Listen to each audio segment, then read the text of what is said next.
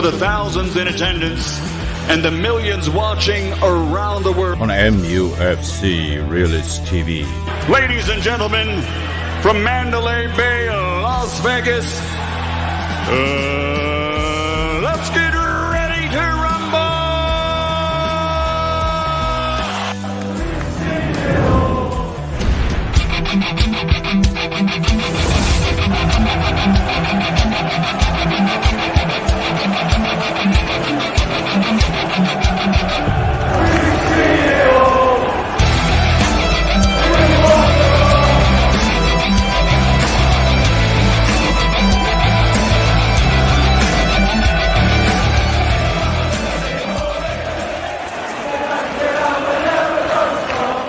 Oh, and we are live. Welcome back to MUFC Realist TV.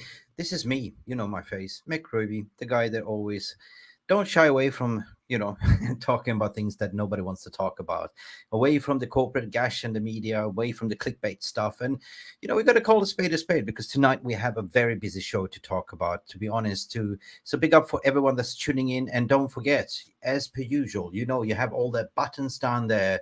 You have the notification, ding, ding, ding. It looks like a bell. Press that one. That means that you will never miss a show. You will always get notifications. And on the other hand, if you haven't subscribed, please do so. If you want to chat, you have a 5 minutes limit to subscribe. Otherwise, you cannot chat.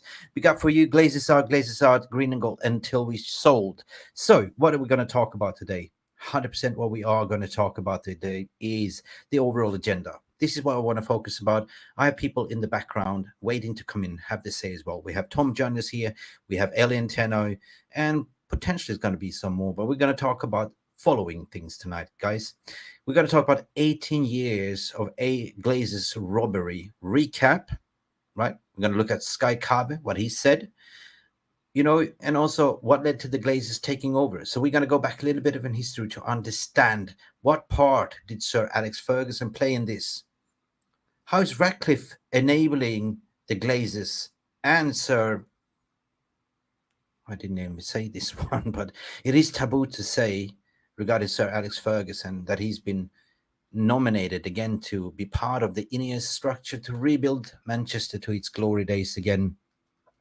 We definitely need to talk about that one, but we're also going to talk about, who is leaking that information. I've been speaking to some people to understand where is this leaks coming from, and I think I have a reliable source that's been talking to me lately, and they kind of link to why Richard Arnold has also been booted out from there. And who is coming next? It's the next in line, which is the director of football, we so-called the fake director of football. We're going to talk about that as well, but we're going to talk about the stock price 100%, because today we've seen the stock price almost reaching to $20, right? The stock market just opened, it's $20. So it's pure speculations. But also, who told you in the beginning that on Monday we're going to have a imminent takeover? We are now down to Friday. Nothing has happened, people. Nothing. So again, I want to call out the media as well. I do really want to call out the media, because I always keep my powder dry to say, the gravy train will steamroll ahead because it's international break. Manchester United is not playing football. And we've seen it so many times over the past 12 months, how certain apparatus, what I call them stenographers, is absolutely making a meal out of this. Is it advanced? Is it not? We, as a fan base, are here to discuss this because we owe it to ourselves. We are the fans of the club. We means that we are the paying customers. We need to ask the hard questions. Certainly, the British media is not asking the hard questions. But as a disclaimer, we report on the news. We don't make the news on this channel.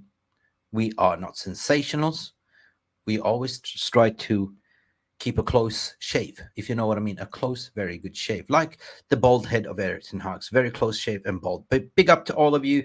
I want to shout out for people that are just streaming in. It is 6 o'clock UK time where I'm sitting right now. Oh my God, help me. It is 1:08 a.m. in the morning in Asia Pacific time. So big up for you that coming in to support us tonight. So Rajat, what are you saying? Bow up. You know, what do you say? Milo Smith is say like 23 likes. Well, who else is coming in here raw? I want to hear from you guys. Stephanie Griffith is coming with 25 likes. We want to get 100 likes, at least 100 likes. Please, please, please. It is so important for the YouTube algorithm. YouTube is not being nice to content creators like us. They like to promote this corporate gash, but press down the small little fish. And we are on the road for 7,400 subscribers today. So we have 10 souls left to reach that target, but we are not stopping until the Glazers have left the building. Guys, did somebody say Elvis has left the building? No, it was Glazers. Yes, true. Jarvis, I mean, will you laugh at me when on Monday Ratcliffe owns 25% of the club? No, I wouldn't laugh. I would not laugh. I would just question, what is this structure going to look like for us as fans? Because we want to see the manifesto. You know, on this channel, we've been comparing both bidders. One has been 100%, the other one has been on 69%, it's gone down to 25, which it doesn't make sense to me whatsoever.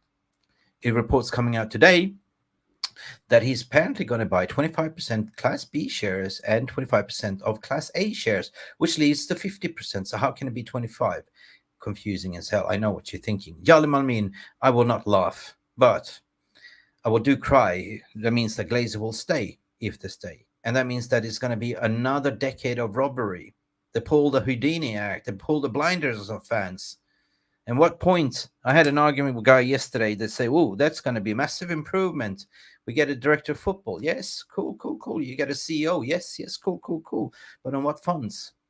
Right? We will still have the FFP cloud hanging over. We still have 1 billion of debt hanging over our heads, right? So to kick off this, guys,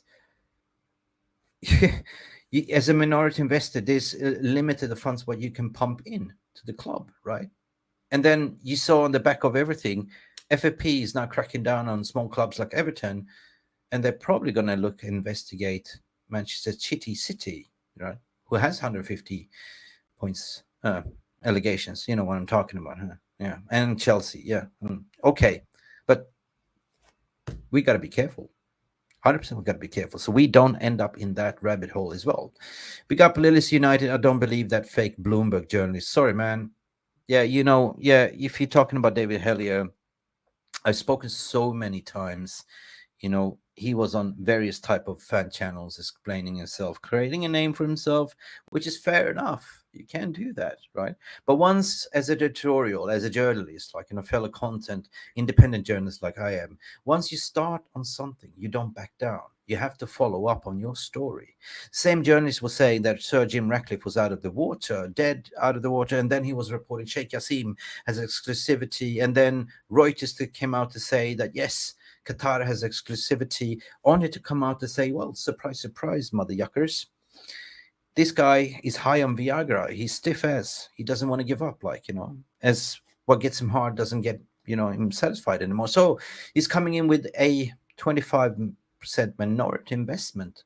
On the other hand, we had minority investors in hedge funds that came in and did a bid, but they fell off. So it doesn't really make sense why the Glazers all of a sudden will then appoint, Rain Group to do this whole shadow bidding process to settle for 25%. If they are so greedy to get 1.2 billion in their own pockets, but basically that is what it is. Glazers are giving away his money to them, for them in the pocket. He's not going to the club. Nobody's going to clear the debt. Nobody. And what about the rest? Okay, he's going to go to buy out the Class B shareholders. And then what's money is left for the debt and to buy players? So for me, it is a smokescreen. It is divide and conquer as per usual. And this is driven by the so-called stenographers, the xenophobic stenographers that love to speak about the, he's a British Mancoon born, but hey, hang on a second. He's a Chelsea fan ticket holder. Yeah, nothing wrong. Any bidder that bids for Manchester United is a good bidder. Even Thomas Sidiakos, the Finnish guy that came out and waffled, right? They wanted the fan ownership. And by the way, what happened to the fan ownership? We had one Skype call and that never took place. Fan ownership is out of the window. All the Glazers cares about is money. And we're going to talk about that right now. Jarvis Cocker, what you're saying here, 1.225 billion reported by Sky doesn't add up with a price of $33 per share. That's the premium buyout what's been reported. And what bites me is, how did they know the figures? There is certainly NDAs involved. Who is leaking that information? Who knows that it is 33%, I mean, 33 bucks buyout? That tells you and me, a normal fan base, we're not mugs, right? Don't treat us like ones. So they certainly know what they're talking about, but they think they can fool us. It's like that famous, what is called, George W. Bush, when he had his speech. He said, fool me once, shame on me. Fool me twice. And then he went like, a fool can't be fooled again. If you remember that one. Anyway, guys, big up to all of you for coming in here with your comment section. Save your powder. Keep your powder dry. Daniel Fletcher, I don't want to believe anything in it till it's official. Let's be real. The Rain Group is dealing with this sale, and they only work that way. Man, you deserve a big applause. You deserve applause. It's with a little bit of a logic and sense and reason, 100%. And the way I always see it is like, the announcement that we saw, a club statement that Richard Arnold is stepping down as CEO. This is exactly the way I predicted that the winner would be announced. Not through these, stenographers, not through The Athletic, not through Al Jazeera, not through Sky, nothing. It's either going to be Reuters, it's going to be some brief from the Rain Group itself, but I certainly believe it's going to be a club statement followed up with a press conference. Stephanie Griffith is saying, first target of 50, please. Please. Yes, we might have a giveaway for the first one to reach 100. Whoever is 100, we will send you a gift, and we will disclose that later on. And we will put it on the credit card like the Glazers do. Jokes aside, anyway. I'm informed, guys. I'm really informed. So let's bring in our friend Kaveh, who is absolutely, I believe that he's a Manchester United supporter because he's been speaking a lot of sense lately. And I want to bring him to the stage. So big up, Avram Glazer, Pony Glazer Tails, rip. Actually, I have a better ponytail than Avram. You see that one? Woohoo. Anyway, Lucky Singh, big up to you as well. Let's bring in Kaveh. Let's listen to Kaveh, what he has to say. And I have people in the green room waiting to come in. So guys, please be patient.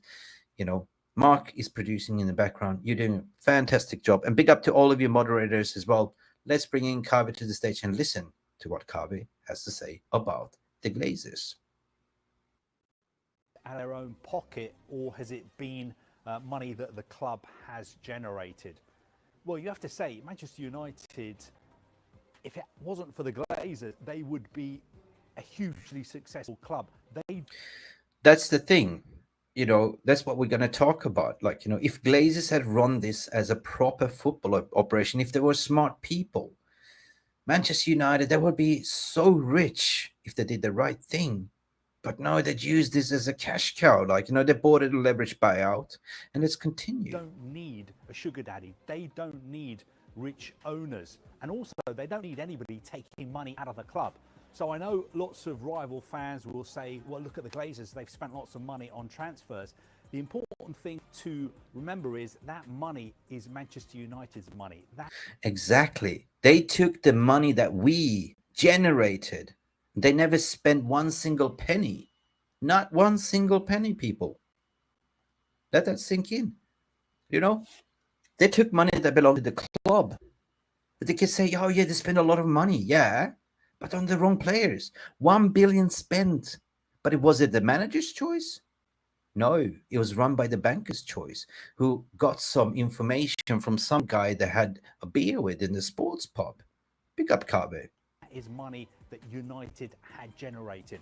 And if it wasn't for the Glazers and the money that's been taken out of the club, they would have probably generated even more money, and that would have meant more money spent on transfers and the stadium and other parts of the infrastructure. Big up, because that is the honest truth. I mean, if you are an owner of Manchester United, which is the biggest club in the world, if you were smart enough, you would have invested to get more money. But here you are 18 years later, you kicked that, you milked that cash cow dry. So you had to go to a strategical review, either to sell the club or seek minority investors. We know they went they tried to get 25%, but I can't remember who it was. I think it was Aries Group. You know, they tried to say, and they looked at it and said, "Are you mad? The way you are running the business, why should you give you like 1.4 billion? No way." Why was the Glazers takeover so controversial? Well, the simple answer to that question is the Glazers didn't use their own money to buy Manchester United. We all know that.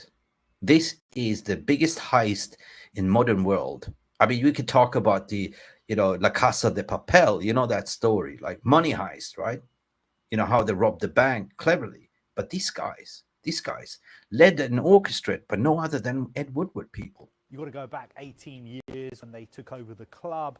It cost them around £790 million, but they didn't use their own 790 million pounds they only paid. But we're going to dive into that, how they became the owners as well. Like, let's not forget the history, peeps. money. The vast majority of that they borrowed from banks, and instead of being responsible for paying that money back themselves, as soon as they got the keys to Manchester United, they loaded that debt onto Manchester United. That is criminal. That is criminal. But that's fucking smart as well, isn't it? Yeah, you buy an asset, right? I buy your house, right? I take a loan for your house, and then I put it back into your house. Really? That is criminal, but it's smart. And United have been paying back that debt over the last 18 years. And guess what? 18 years later, the debt is still £500 million. 500 million pounds. Actually, the report says 1 billion pounds. But most experts you would speak to would tell you that being owned by the Glazers has cost Manchester United more than £1 billion. Probably some. Yeah, it's cost us £1 billion because we keep reservicing, paying that debt, that high interest rate. Oh my God, what a clowns. Somewhere between £1 and £2 billion. Now that is money that has effectively been totally wasted. That Absolutely wasted money. That is the money that could have gone into the football operations. We could have been greater again if they were not doing so. And plus, on top of that, they took dividends. But we have to reservice. We have to pay the interest rate on the debt.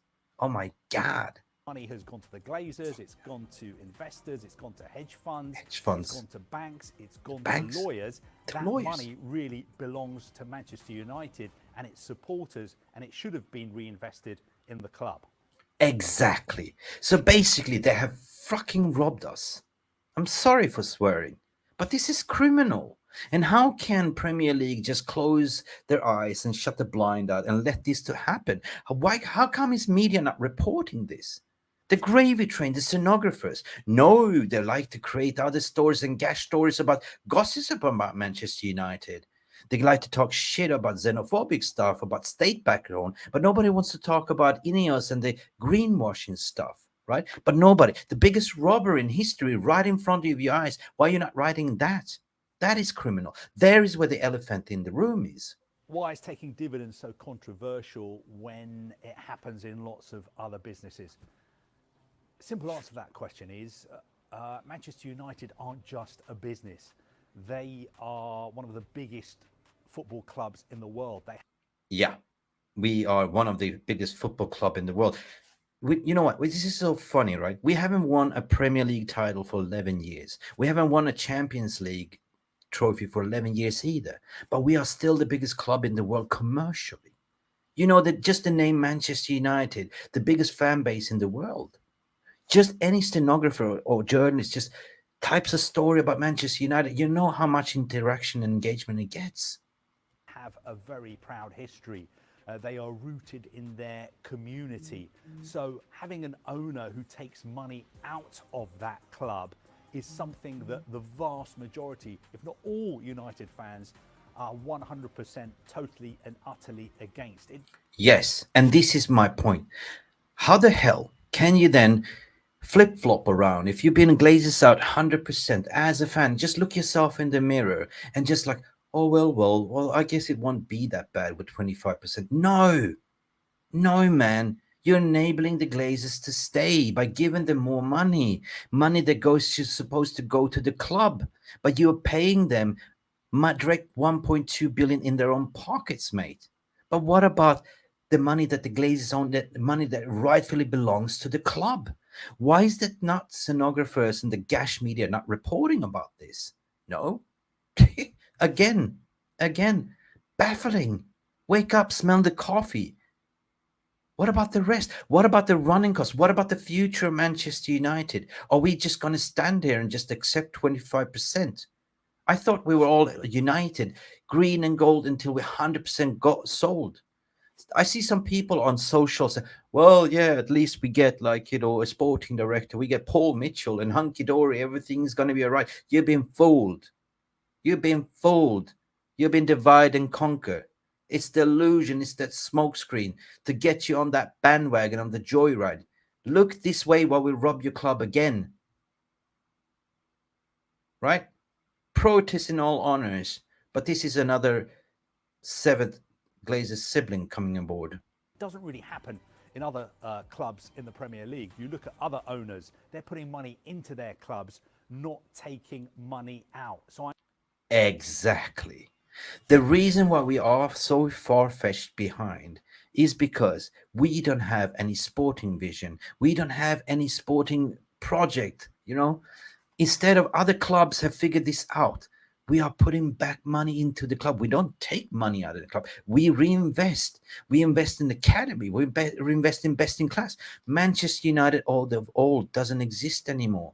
When we are getting surpassed by Brighton, by Aston Villa, by Arsenal, we are not part of that conversation anymore. Yes, we might be the biggest club in the world, but we are getting surpassed. And if something is not happening now, I mean, either way, as what the speculation said, even if Ineos comes in with the sporting operations side of it, that is a short-term fix. That is paper over the crack. But what about the long-term vision?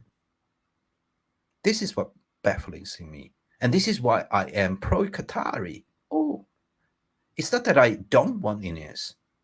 Okay, if that is the case, then we just have to swallow it. But we have to question, what is the future plan? Because in the manifesto, it said put Manchester back into Manchester United. Well, hang on. I thought our fan base was global. Doesn't sound a little bit xenophobic for me. So it's only privilege for Manchester Mancunians. But for us, the biggest revenue comes from the outside Manchester United, the global fan base, right? I understand taking dividends is the norm in normal businesses, but Manchester United is not a normal business. It is a football club rooted in the community. What will the Glazers' legacy be at Manchester United? I think if you spoke to United fans, it would be very hard to find anybody who would have anything positive to say about the Glazers. From no shit, Sherlock. From a business perspective, you would have to say they have played an absolute blinder. They have played a blinder. You know that, Illusion movie, the famous one, Now You See Me, Now You Don't. They've just pulled another stunt, right? They pulled the biggest trick in the world. Now you see me, now you don't. Malcolm Glazer did this Houdini trick, and then he went away. He died. And then the, Golden Spoon siblings, the greasy yuckers, took over, right? And they haven't done anything more than just damage. They appointed the wrong people in place, made sure the place was toxic, made sure that we were not winning. As long as we made top 4, they were happy because there was money in the bank, TV rights, Champions League, all that stuff. That's all they care about. That's all they care about. They don't care what the manager wants. Manager wants to win. Player wants to win. We had players coming in, top players that were deteriorating. They came to a graveyard shift. What kind of state of affairs is this? You'd find a lot of people in the business community who would say what an incredible deal they have done. Can you see a scenario in the near future where the Glazers leave? Oh, that's a big question. Will they leave? Will they ever leave? I think everything has a price. And I think they were very clear in the strategic review to say everything is for sale, but for the right evaluation price. So let's continue. I think it's unlikely in the short term. They had an opportunity to leave the club and bank a huge profit. They did. That's what the media say, right? But I believe that, if you look at Forbes evaluation, The current evaluation of the club is 4.8 billion, right? That's way too much, right? Who would have come in to bid 6 billion or 7 or 8? Why would you do that? Unless you know a forecast what the club might be worth in 3 years' time, 4 years' time, with digital TV rights and body cams and all that stuff. But that is just speculations, though. That is just a prediction. A forecast means that, hey, I predict the weather is going to be sunshine 3 years from now without any rain. It's like being a farmer. You plant the seed, you plant the crop, and depending on the weather, you might have a successful crop. But if it doesn't rain, it's a drought, it will never turn out. So it's a high risk and reward. But I'm afraid if you're a United... Yeah. So I'm afraid, people, I'm afraid. Because I always said here, guys, that the only one that could stop this deal is the Glazer himself, right? They've gone through a strategical review, right? They are the only ones that hold the answers, right? They are the ones that are spinning you guys dizzy, including myself. They use Neil Ashton, they use these PR engagements, right? That's my opinion, right? Because it's evidentially, and it's also been documented that, hey, you know, we make lots of money on engagement through social media interactions by just leaking out these stories. Whenever we lose a game, there's always a PR clickbait story that, hey, we are linked to this player, or hey, there's a sale, hey, Sir Jim Ratcliffe is going to buy the club. Oh, just for you guys to forget what's going on there. That's another illusion and smokescreen. And how you do that? Yeah, you pay off certain publications to be loyal to you. I'm not going to call out the names, right? Because everything has a price. There's no loyalty today. There's no loyalty. Now, that brings me to the next story, guys. And I'm sorry, I have people coming in the background, and I want to bring them in as well. So, you know, we have Jarvis coming in here. We have Peter waiting here. We have Tom Journalist is where. There's a lot of people coming in here. But I want to go into one story, basically, before I bring them in. I've been on a rant here for 28 minutes. So big up to all of you that's tuning in. There's a lot of you. Don't forget to smash that like button, please. If you are GlazersOut 100% full sale only, do it now. We have 48 likes. Don't be like the greedy Glazers. Let's get it up to 100 likes, people. Let's get it up to 100 people, because it's shortly getting hot in here, and I switched off my AC not to make any noise. Now, let's go back in 1999. What happened, right? Sir Alex Furgusons became, of course, by history, he became the Manchester United manager, right? But also it was 99. He became involved in horse racing in 1999, and he went into the partnership with the current Manchester United owners, which was, you know, John Magner and JP McManus, right? So this is how it all started, the transparent. This is the, you know, the narrative that I'm going to paint you that comes down to how we knit everything together, right? They established a horse racing syndicate together. And there was this famous horse that nobody could beat called Rock of Gibraltar. I don't know if you're old enough to remember, but that was a fine, fine horse. And there was a little bit of dispute, you know. Sir Alex was involved, and he thought he had a stake, but he'd never had a stake, you know. So the connection between Sir Alex and the Rock of Gibraltar gained a lot of attraction. And it was his personal greed and ego, because it was a massive, lucrative horse. Like, he won every race, for you that remember. The Rock of Gibraltar. But, there was a big dispute, though. That was centering around the breeding of the Rock of Gibraltar, the offspring and stuff like that, and who owns certain percentage rights. But Sir Alex never put any money into it and still claimed it, and it was a feud. But that led to a lot of anger and nastiness behind the scenes that led to, McManus and Dermot to actually sell the club, to say we had enough. The Irish people said had enough, So they split parts and they sold the club in 2005. And this sale marked the end and the beginning of how the Glazer came on board, because by default, they wanted to sell to, no other than Sky and Rupert Murdoch. But it was blocked because of conflict of interest, because of TV rights. So who was there as a minority stakeholder was actually Malcolm Glazer, the little weasel. So by default, he managed to buy the club on a cheap. He became the minority stakeholder just because of this feud, of this conflict, of a bloody horse. A bloody horse. Can you believe it? It's a funny story. Ever since then, the Glazers had stronghold of United, right? They bought the club, as what you heard, on leveraged buyout. And this was absolutely orchestrated by Ed Woodward. And by the way, Ed Woodward gets a percentage if the club has been sold. He's still a consultant.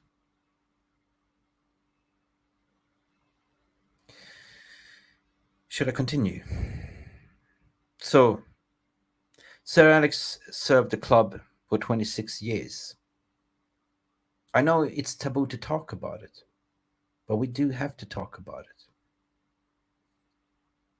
So he took over the managerial position in 1986. And he did magical things. He did remarkable things. And we were leading us to glory past, like, numerous domestics, international, Cup, Winners' Cup, UEFA Cup, Champions League, English Premier League, FA Cup. You know what I'm talking about. When he retired, though, there was a big question. Who's going to replace? Why did he appoint the wrong manager? Did he know that everything is going to crumble when he leaves? I don't know. Big questions we need to ask here. This is with heavy heart because I respect the man. But his retirement marked something that nobody speaks about today. Some people call it hush money. He retired because of his wife as well, and his wife's sister and stuff like that. So he was there to support a loyal husband. Manana Kaveh has died. God rest his peace.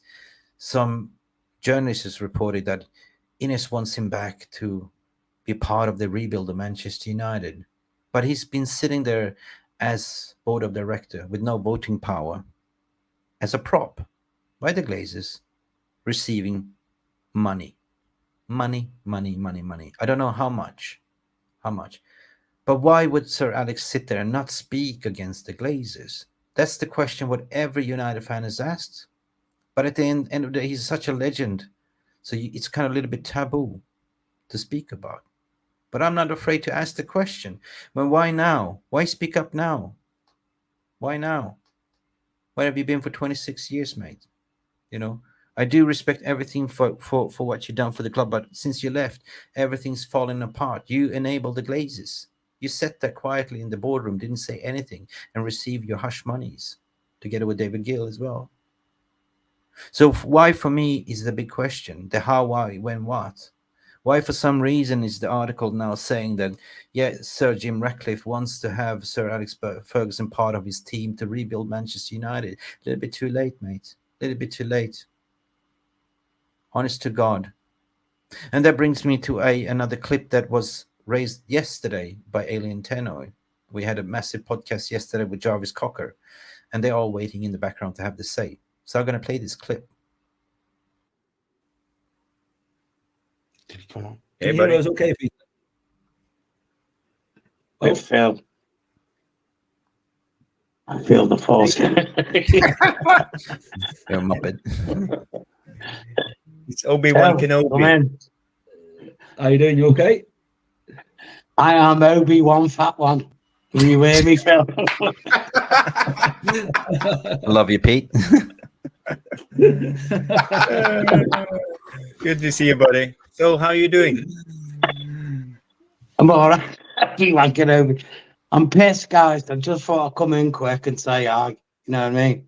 Yeah. I'm watching the stream. Well, thank you for joining. Appreciate it. It's always good to meet the people behind the names. You got a question for the panel before you leave, or are you just saying hi and bye?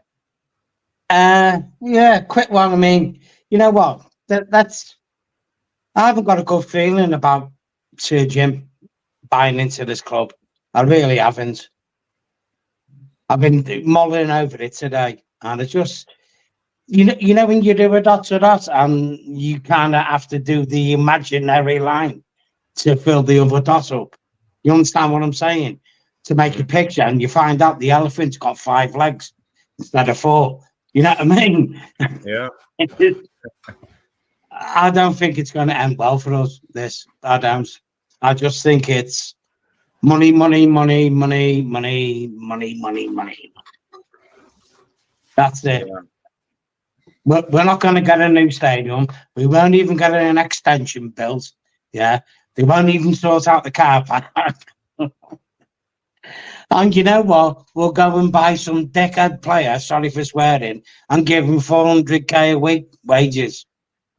That's exactly what we're going to do. And you all know that in your heart. That's what we're going to do. I'm not sure. Meanwhile, because we're City, looking at getting, 115 red flags behind them, are still merrily going along their own way.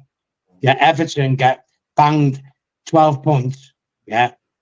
Because you're a little club. Excuse me, Everton are building a brand new stadium. Last time I looked. Yeah. What are Man United doing? Yeah. Yeah, you're touching on to some crucial points there. So how is the feeling around Manchester? And you are a season ticket holder and go to Old Trafford all the time. So what are the fan base and the locals saying about the latest takeover? People don't want Sir Jim. Jarvis, Phil, Mark and I. People don't want him. Yeah. Because you know what I mean? He's not helping the club. Or he's what you call now an enabler. He's enabling the Glazers to stay in command. 100%. That's what he's doing. That man's vanity, yeah, has stopped Man United resurrecting themselves under the Qatari ownership. And he's done it for... Let's put it this way. Look at this logically, and I don't wish harm on any human being. What happens if that guy has an heart attack next year and dies? Where does that leave us then? People aren't even looking at this down the line. Where does that leave us then? Yeah, in the hands of Ineos and the Glazers again. Yeah, in the hands of Ineos, who were not very good F1 owners, a shit fucking bicycle firm. You know what I mean? Alfred's are better than Ineos. You heard it here first. Alfred's are better than Ineos when it comes to bicycles. They don't know jack shit about football. You're talking of a premier premium football club that has over 100 years of history. You're talking of these Ineos trying to manage this club with owners that all they want to do is bleed the blood out of us. How do you think this is going to play out? Seriously. Yeah. Because I don't think it's going to play out good. Forget about soft candy talk. You know for a while. You know, being nice to everyone, this and that. Let's talk hard facts. This is going to go south real quick. The real question is why aren't fans doing more? Why aren't fans kicking up and protesting all out? Because I mean, we have this one chance to get the Glazers out because the Qataris was waiting in the wings. Now we could sit here and talk about Sir Jim might be a positive and what it could do, 25% to get in the door, and all that is good and cool. But in my honest opinion, there's a cop out. And in my honest opinion, I can't call myself a United fan if I go and accept that. Because that is not what we want. That's not what we need. And it have no guarantees. The biggest thing for me with Sir Jim is the no guarantees. We don't know for sure if he's going to increase that stake anytime soon. We're not certain if the Glazers going to be taken out. We're not certain it's going to be successful. First and foremost, there are so many different dominoes have to line up in straight lines in order for this deal to work and possibly be a success. That is like stacking needles in a haystack and going and look for them 2 weeks later. We're not going to do that, Mark. We're not. You know what? I was looking at an article earlier today. I think it was in Daily Star, maybe one of them. I don't read newspapers. I was looking at a guy this morning buying a newspaper in the shop, and it's like, do you people really buy the news what was there yesterday, today, like, and you're paying money for it? Just go with the fucking internet, you know what I mean? Seriously. Anyway, the headline was the two sirs will put United right. Sir Alex Furguson and Sir Jim Ratcliffe. Sir Alex Furgusons was the enabler that let the Glazers get hold of us and Sir Jim is the enabler that lets them keep hold of us. What they going to put right? Like, why don't them pair fuck off? Seriously, stop licking at Alex Furguson's ass. This fucking geezer caused all this. He caused it all. Get rid of the dickhead. Language. Get We rid don't of want to him. get demonetized. Yeah. And I'm sorry, guys, but I'm saying I'm passionate about it. This guy caused all this, and you got people. Oh, Sir Alex this, Sir Alex that. This guy, you know what I mean, caused it all. You know, You go watch his documentary. Like people are going on, wax lyricking about David Beckham's documentary on Netflix. Nothing about Rebecca Lewis, who he was banging off. You know what I mean? Nothing. Start talking the truth instead of glossing over shit. Tell it how it is. Because these are the real facts. As an international fan, Peter, like, I don't understand how people could. I mean, Sir Jim is the greatest manager, in my opinion, alive. You know what I mean? I still think Pep have to do a lot to catch up to him, right? But at the end of the day, Sir Alex Furguson is the only person. If you speak one sentence tomorrow, the entire fan base will revolt with him.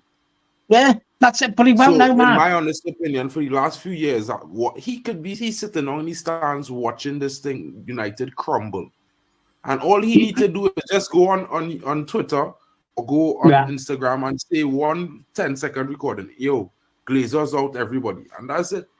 You know what, Mark? I entirely agree. I entirely agree with you. Okay, right. And his position now. Sir Alex Furguson just lost the love of his life. Blame for the reason that United in this situation is simple as that. Yeah, Sir Alex Furguson just lost the love of his life, Kaveh. Yeah, do the right thing, mate. Yeah, put your hand up. It's not about money anymore. It's about your legacy. This is about your legacy, Sir Alex Furguson. Put your hand up and call them out for what they are, and be done with it. Just call them out. You've lost everything. You've lost your wife. You're about to lose your legacy at the club because you enabled these parasites to come here. Do the right thing, son. You know what I mean? If you're a man of honor, then do it. That's big words. Spoken like a true hero. And big up for you, Peter, for coming in here as well. Big up for Jarvis that's here. Big up for Tom, journalist. Now the show really kicks on. And big up for the comments section. Pete, that was big words from you yesterday. And that was kind of really what kicked me off to do this show today, because you spoke hard facts. Well, hard facts. Mick, you know, listen, look, I love Fergie, you know, to bits. Everyone does. We all love Fergie. We know what he's done. But you know what? No human being, no one is a saint. We all have flaws. Yeah. This guy made a big uber mistake. Yeah. And he hasn't even got the balls about him to put his hands up and go, you know what? I'm sorry, Reds. No, the club I built for you that made you worship me and love me. I kind of dropped the ball in and it's up. I'm sorry. How can I make it right? He hasn't even got the decency within him to say that. You know why? Because he's taking Glazer's money. That's why he won't say nothing. And that's why I have no respect for him, because he won't say nothing. Fergie came from an hard working class, which is in his documentary, as you've seen. You know the score. Yeah, blah, blah, yeah. He came from an hard working class. Came up from the gutters, made his money. Yeah. You know what happened, Fergie? When you made your money and you got your fame, you became just the same as the people you hate. That's what happened to you. And you couldn't see it. You just couldn't see it. That you became the same as them. You'll never be in Sir Matt Busby's league. You'll never be in his league. Matt Busby dragged his carcass out of a burning wreck and made Man United great. You'll never, ever, ever be in his league. What you've done to this club, getting in bed with the Glazers, you've just finished that. That's it, like, mate. And future Man United fans who aren't brainwashed by the politics of the day will look back to coin a Man City fans phrase, look back in anger and see what you've actually done to the club. Wow. Guys, I want to hear from you, but I will give you a fantastic applause.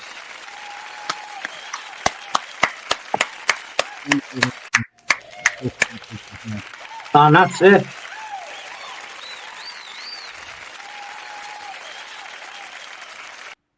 Anyway. I'll tell you something now, yeah. Sorry, Mick, quick. Yeah, I'll tell you this. Yeah, Fergie co-owned Rocket Gibraltar with Sue Magnier, which is Magnier's wife. Yeah, who owned Rocket Gibraltar, and they had shares with McManus and Table in the background in Man United because they wanted to buy Man United.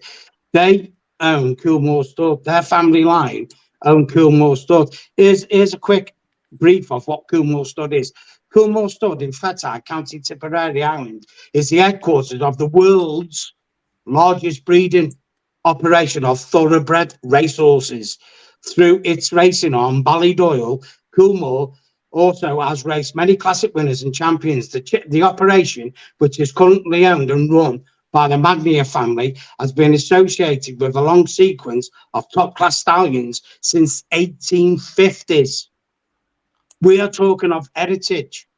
This heritage wanted to buy Manchester United, and Fergie couldn't accept that he was going to have to play second fiddle to them. That's this is what caused the downfall. It was more his downfall was his own greed and his own attitude. That's the thing for a bloody horse, which led to the Glazers taking charge. As you know, McManus just had enough. They sold the club. There was this feud, and by default it went to Glazers. You see how faith is bringing us. So, and I feel as a legacy fan that it's taboo to talk about certain things, but everyone knows about it. That's the thing. So you know what? Sorry to interrupt. I'll tell you this. Yeah, my first game at Old Trafford was 1974. Yeah, 18th of January. We drew 1-1 with Arsenal because my birthday's the 16th of January, and my father took me to the game. Yeah, that season we got relegated. So these eyes have actually seen Man United get relegated. I've stood on the terraces and seen our club go down. Yeah. Been there and seen it and done it. Yeah. Okay. Fantastic. I used to do 2 paper rounds to pay to go to games. Yeah. Yeah. Well, Man United. Yeah. Manchester United. Sorry, Peter, yeah. I'm just gonna give the floor to everyone else as well. So big up for you. Like, I want to hear from the VR room. Leave your comments there as well. Do you agree? Is it a little bit taboo, or is it okay to talk what we do right now? Because we got to speak the facts here. Like, we cannot sweep it under the carpet. So I want to hear from you in the comment sections. Before we do, also I want to remind you it's Black Friday, and we have a Black Friday week today, and we have this guy here. He's like Black Friday with news here. So how you doing, Tom? You all right? Yeah, not bad, guys. How we doing? Yeah, it's fine. Tom, I want to hear from you, regarding everything that we sort of discussed in the prelude before you came in as well. This is something that, what's your take on the overall situation in terms of enabling the Glazers? Again, if this is 25% Ineos, and if still Sir Alex is going to be there, why is not speaking up, mate? Why is he not putting Spanish in the wheel? There is a lot of smoke, but there's nothing coming out because they said the takeover was imminent. It's Friday. Nothing has happened. What we've seen is the stock price going up to $20. Mm-hmm. Yeah.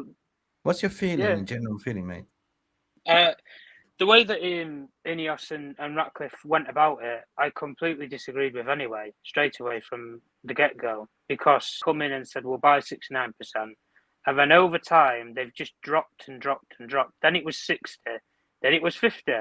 And now suddenly you've got to 25. Now we're buying Class A and Class B shares, we're buying half of each. And people, the modern day Manchester United fan, no disrespect to my son in this way, but no genuine Manchester United fan will probably understand what a Class B or a Class A share is. They just know what going to the football is with their son or daughter or family on a Saturday or a Sunday, whenever, for a match day. That's all Manchester United fans will know. unless you understand the laws of how finance works and figures. But at the end of the day, the way that he went about it, I completely disagree with anyway. The way that the other offer that was on the table from Qatar was, it was so structured down to the detail. Before they'd even bought the club, they told you what they were going to do with it. And they had the money in place to do it. They could have built a new stadium. They could have got rid of the debt. They would have made Manchester United a private company.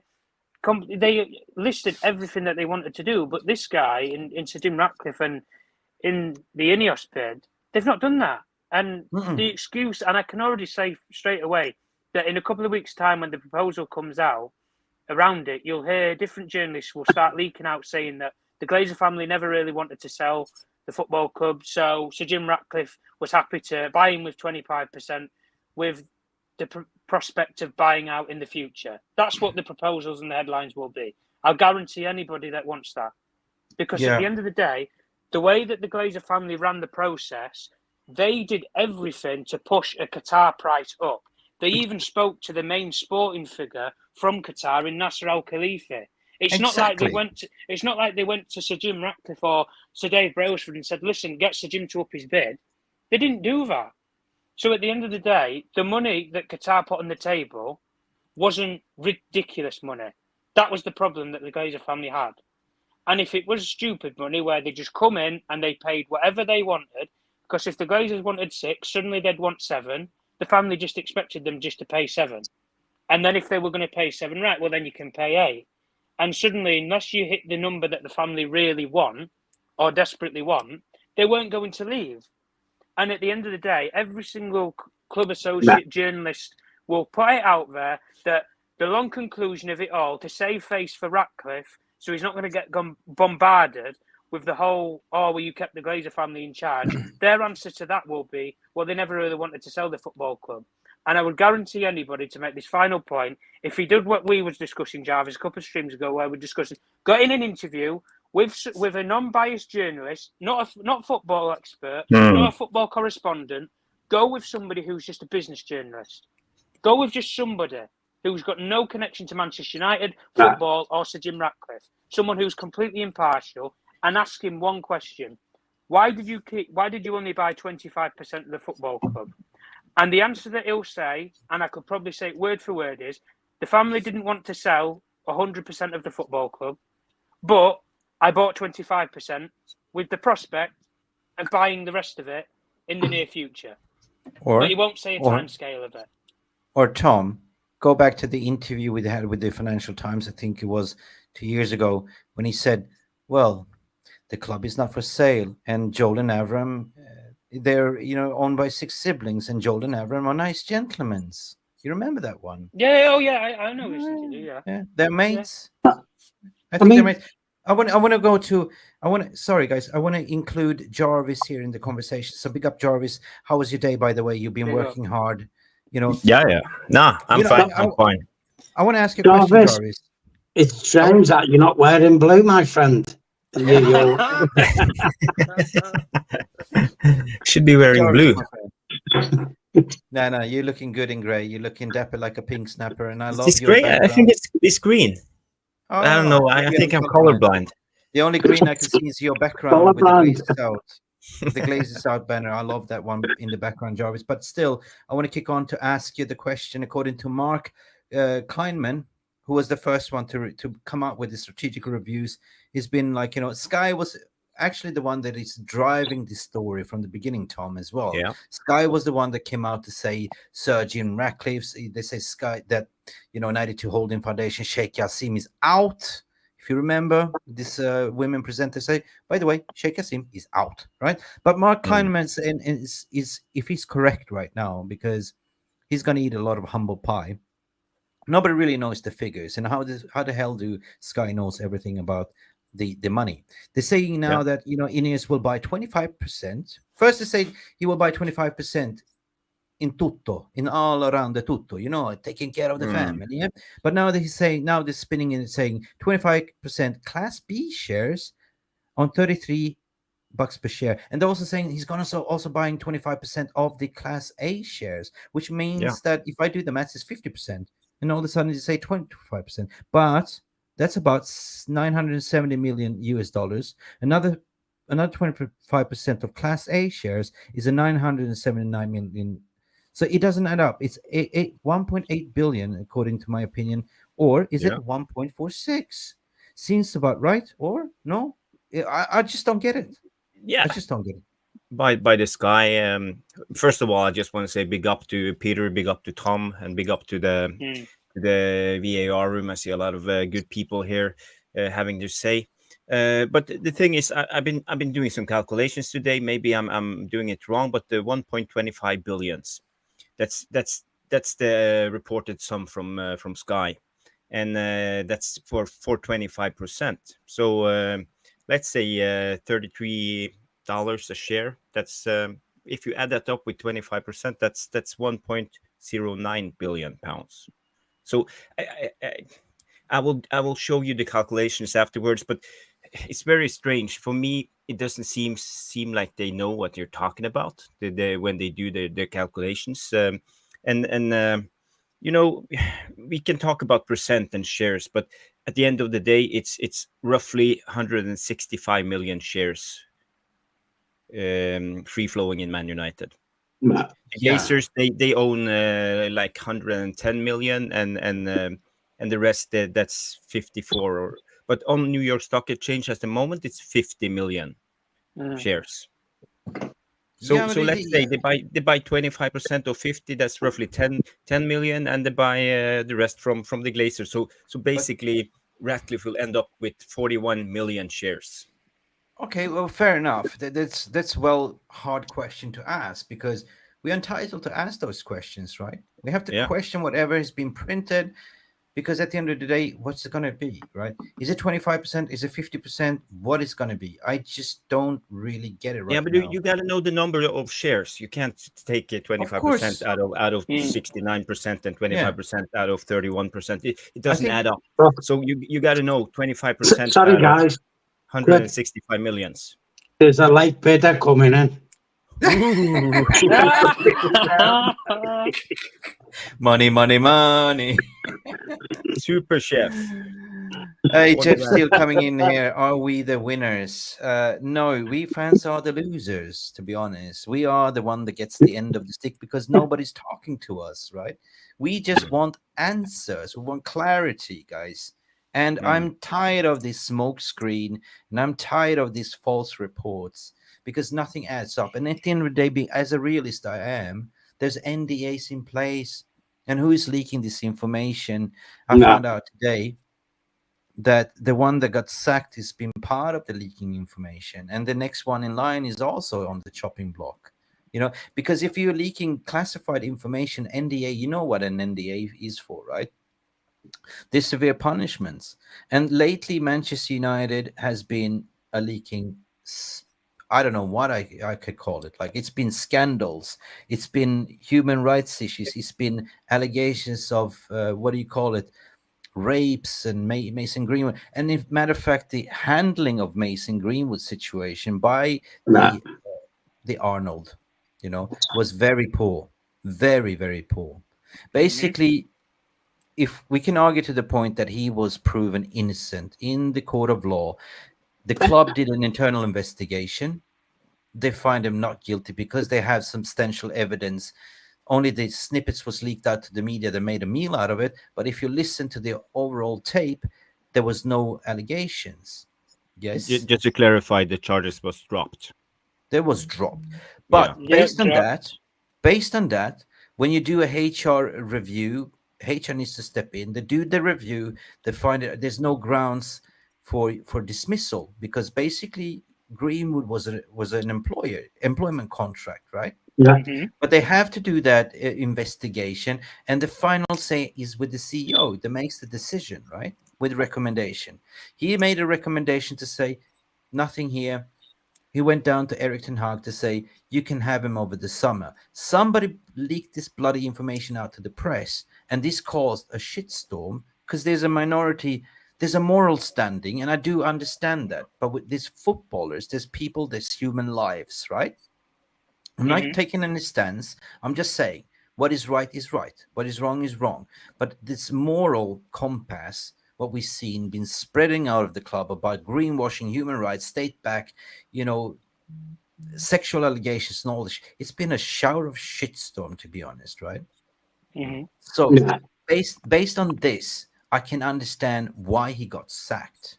Yeah. Yeah. I can understand, because the CEO needs to show leadership. You're the skipper. You're the last man standing that gives directions. And if you fucked over the manager and then you backtracking to say, oh no, I'm sorry, because of a minority, we could have another striker in here that could score some goals, to be honest. But look what they're going to do. They didn't sell him. What they did is they put it like, okay, you can come back in January. Just calm down the crowd here, right? The lynch mob. Mick, you know what? We had a CEO. I mean, I'm saying we had him because obviously Arnold's gone, although officially he's not gone yet. But he has, we had the CEO that apparently bumped into some Man United fans who were going to knock on his door, took them down to the local pub, bought them a few drinks and said, don't worry about money, lads. We've got a shitload. What does that say to the other teams who you want to buy players off? It's like, this mug has got shitloads of money. Let's put 20 million extra on the price of the player.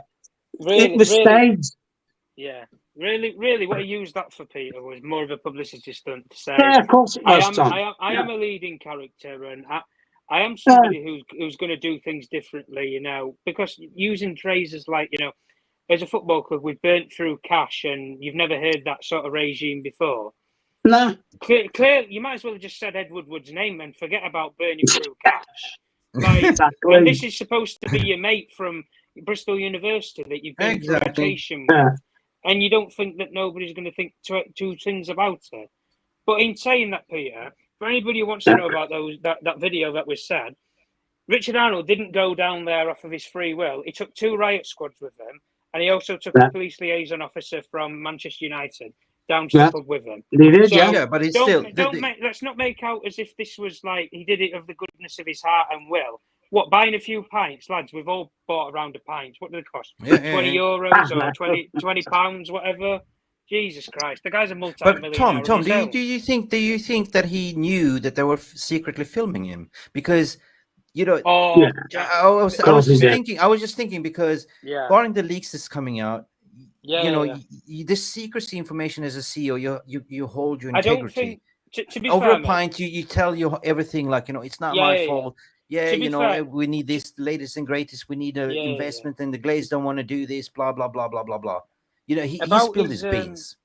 About the actual video. To be fair to Arnold, I don't think he knew he was being filmed.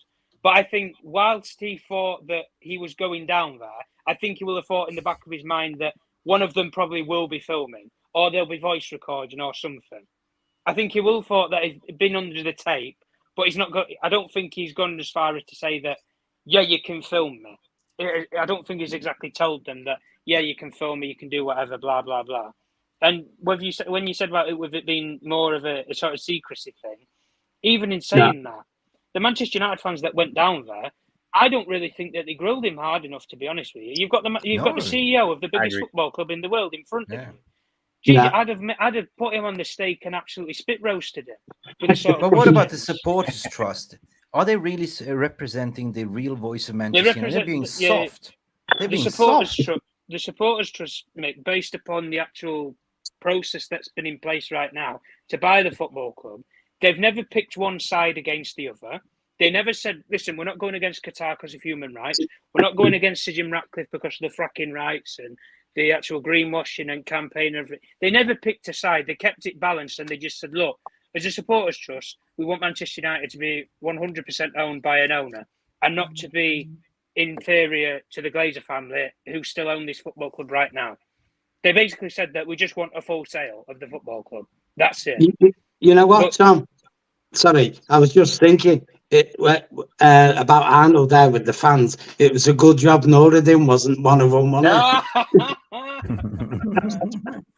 That was his secret sex tapes leaked out, as close shave as you can get. Guys, a good friend of mine as well, Phil Brown, as well, did a fantastic tweet as well. I have a lot of respect for him as well. You know, he wrote on his tweet earlier today as well that Arnold and Glazers had not been on good terms for a while. You know, they have not been, and he's basically saying that they had major disagreement over Sir Jim Ratcliffe and the fact that he voted against Ineos itself, right?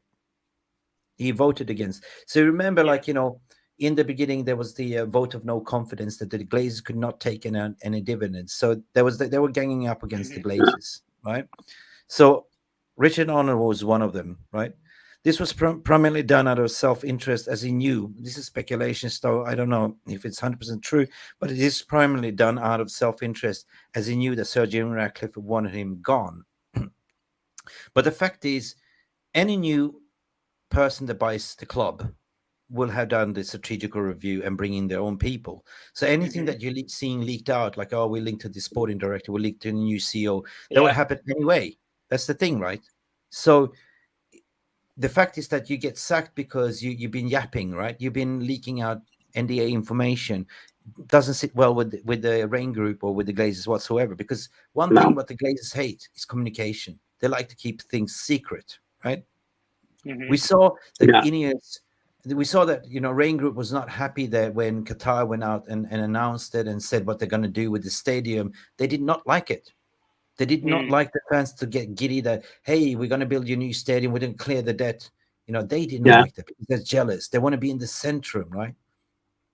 That's the thing.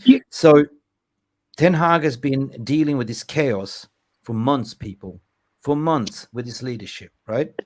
People not doing the jobs. People not doing jobs. People with one foot out of the door. People briefing certain outlets about things going inside the club.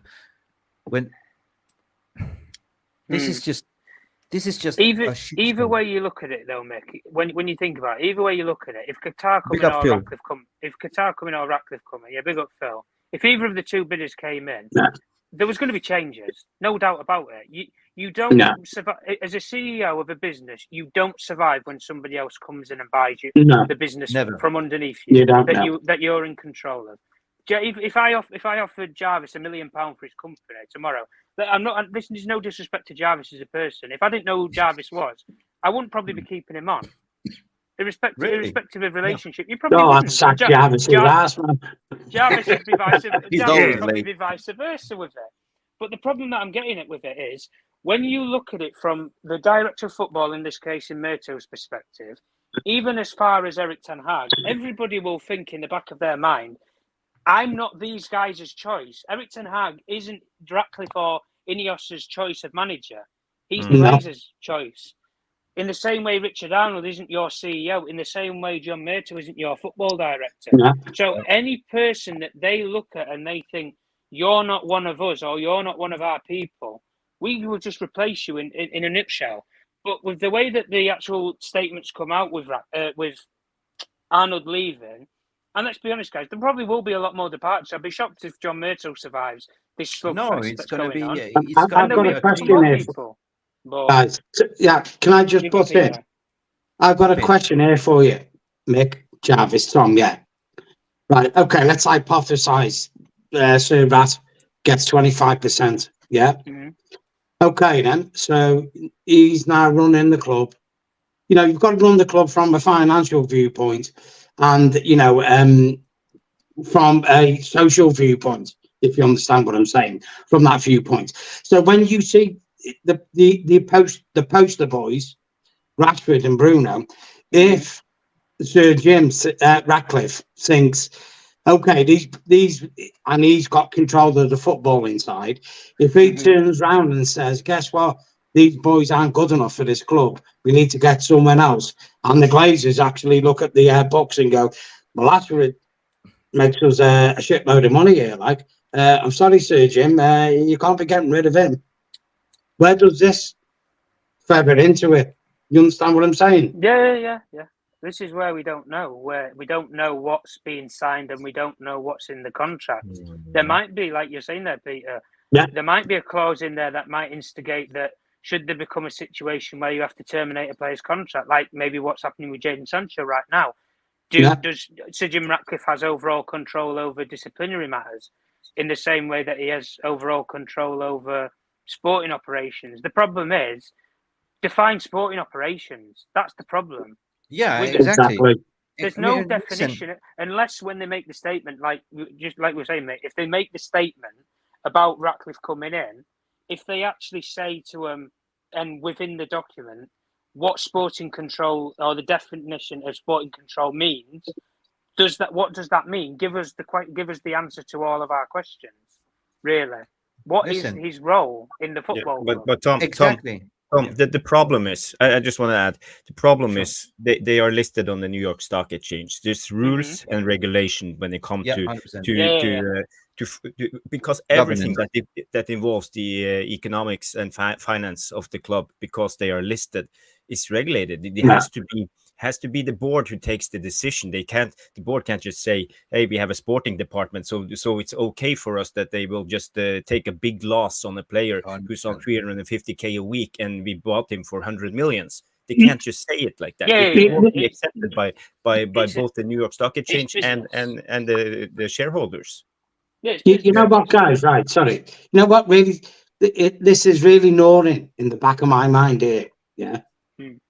Sir Jim comes in. You know, he's taking over the footballing side. He's going to get a better scouting network. Blah blah blah. Yabbity yeah. You know what I'm saying? He sees like 4 or 5 young players, £5 million each, £20 million that way, 4 promising. You know, potentially could be world-class players. Yeah, he wants to buy them and go, you know what? I think these players will be a good acquisition for Man United. The head honcho, Joe Glazer, he's still in charge. He still has to sign them off. Yeah. Joe Glazer might turn around and say, you know what? No, I want to buy that 30-year-old guy for 60 million instead, because shirt-wise, he's going to make me more money in the long term. They're going to clash on something. You understand what I'm saying? Of course. And this is the point.